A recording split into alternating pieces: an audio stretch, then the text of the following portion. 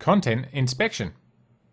In an earlier video on Smart Defense, we took a look at how the Smart Defense feature adds protections to our checkpoint gateways to prevent various attacks from affecting our network.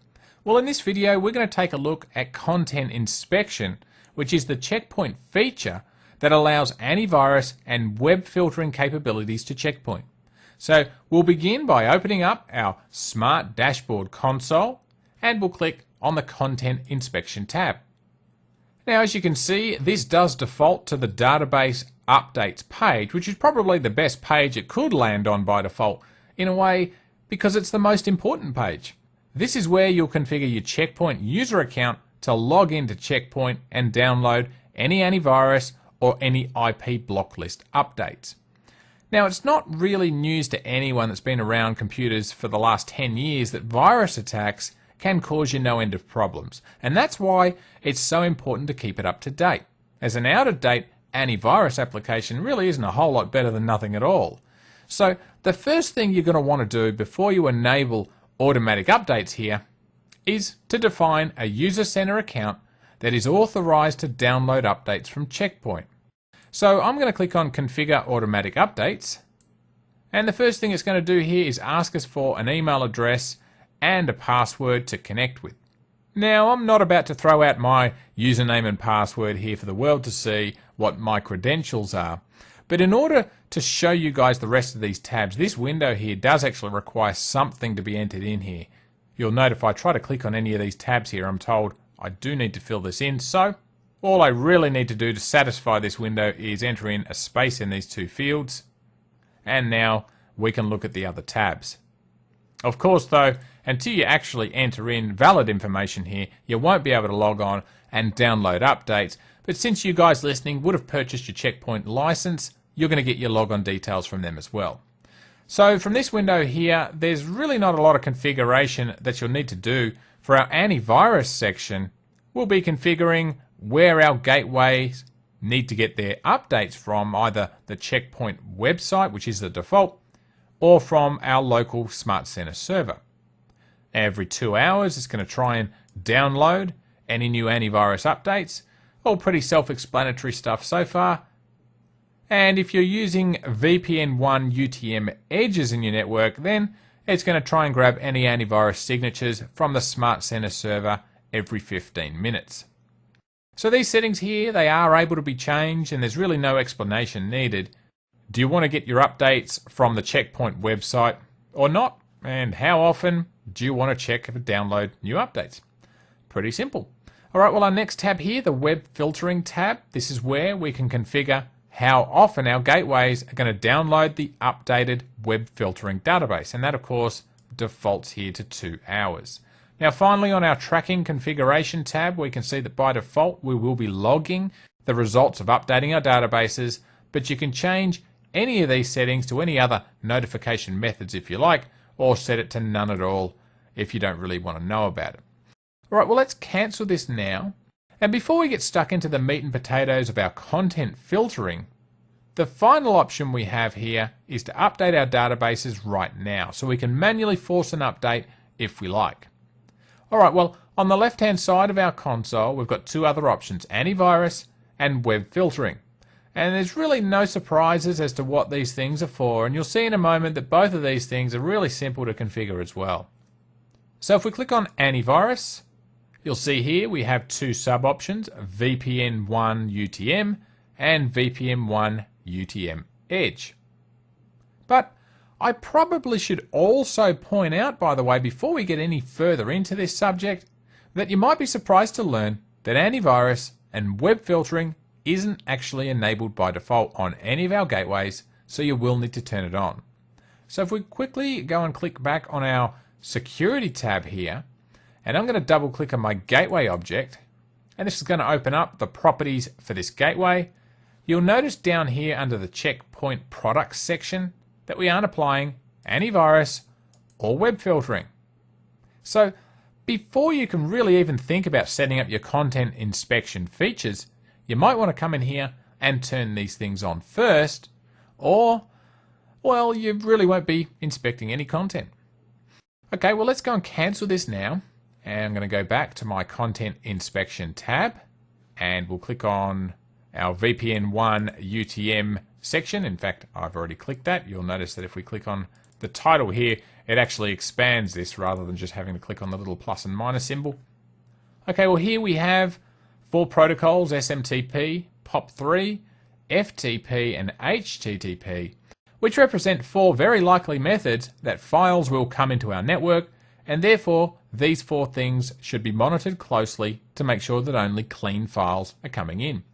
Now with each of these 4 protocols, the screen to configure them is the same, so let's not waste our time by going through all of these.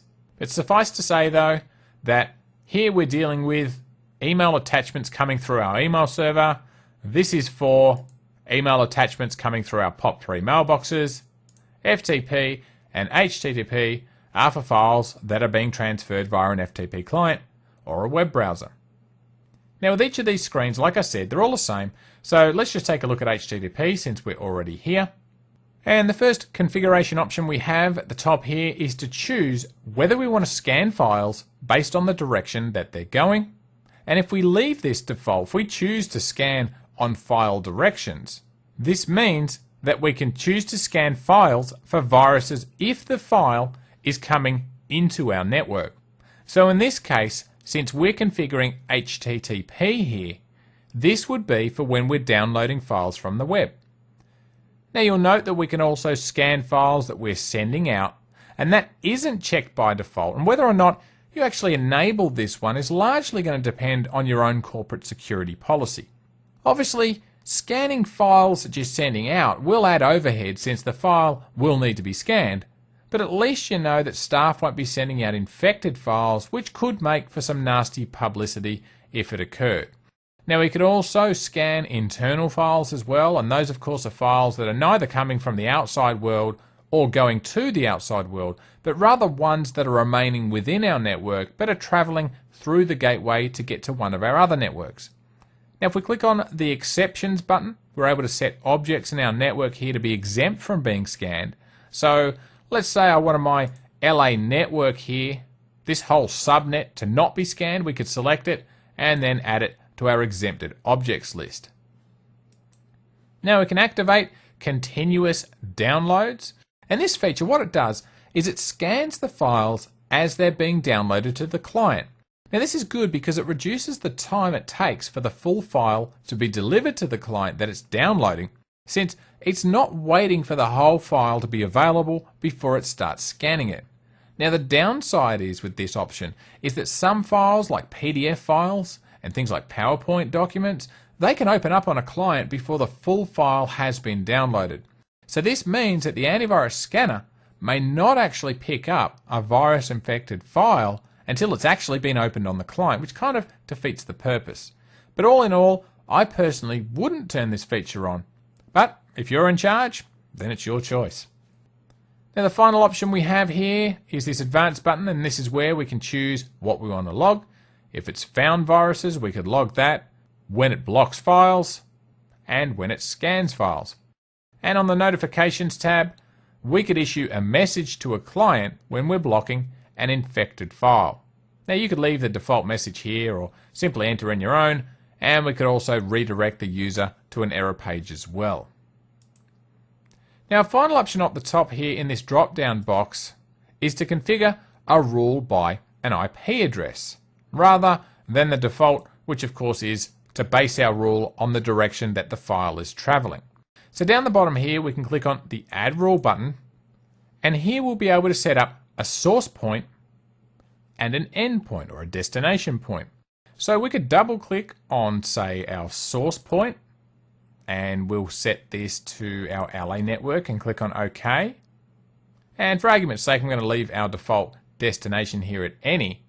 And then we could choose whether we want this rule to be applied to HTTP requests or responses, or of course both. So this is pretty easy, and the rest of the options down the bottom here are the same with our continuous download scanning and our advanced button here. So I'm not going to go through these a second time. I'm going to set it back to file direction, and we'll move on to our next option, which is our file types. And here is where we can configure what action we'd like to take when we encounter a specific file type. Now, I'm not going to go through this entire list here because, as you can see, there's quite a lot of file types in this list. It's a rather comprehensive list. But with all of these file types, we could just select one like our bitmap here. If we encounter a bitmap that a user wants to download, our options are to scan that bitmap, to block it entirely, or just let it pass through without scanning it. Now finally on the left here we have settings, and in this settings section we can set a maximum file size that we want to scan. Now this is important since the default here is to only scan files up to 150 megabytes in size, but it's going to block the file if it's over 150 meg. Now if you're likely to be downloading or receiving files that are larger than this 150 meg here, and that's probably likely, since things like ISO files and videos and even software updates are often bigger than 150 meg, then you're going to either want to bump this file size up to a larger value, or if you're happy to let large files come in without being scanned, then you'll want to change this drop-down window here from block file to pass the file without scanning it. Personally though, I'd set this value to a higher value, but then how much is enough? Well, if you set it to about the size of a CD, you're probably going to be fine in most cases, but if you wanted to download, say, a copy of Red Hat Linux or something like that, you're not going to be able to. So either way, you've got some thinking to do. Now, when the file we are downloading is an archive file, like a zip file, often nasty code can exist within a zip file that's also inside another zip file in an attempt to try and defeat the scanners. Now this used to work against products in the past, but it doesn't really work today, and CheckPoint defaults to scanning up to 7 layers deep and with a compression ratio of 1 to 100. But you can certainly change these values if you like, and again you can choose to block the file or just let it through in an event that the archive doesn't sit within these values you've set here. Now finally at the bottom, if the CheckPoint antivirus engine fails to scan or there's a problem with it initializing, then you can choose to block all files or simply just allow them through. Bit of a double-edged sword this one, since if the scanner fails, it potentially means that no files will be able to be downloaded.